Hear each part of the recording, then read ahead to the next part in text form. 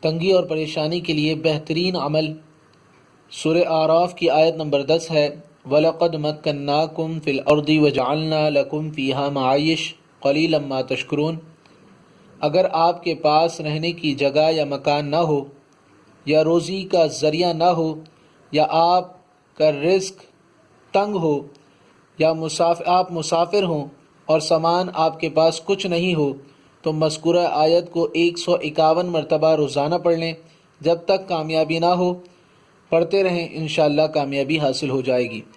یعنی آپ نے یہ عمل اس وقت بھی کرنا ہے کہ آپ مکان کے لیے پریشان ہیں، روزی کے لیے پریشان ہیں، مسافر ہیں، سامان ختم ہو چکا ہے، تو آپ اس کا ورد کریں، روزانہ 151 مرتبہ پڑھیں۔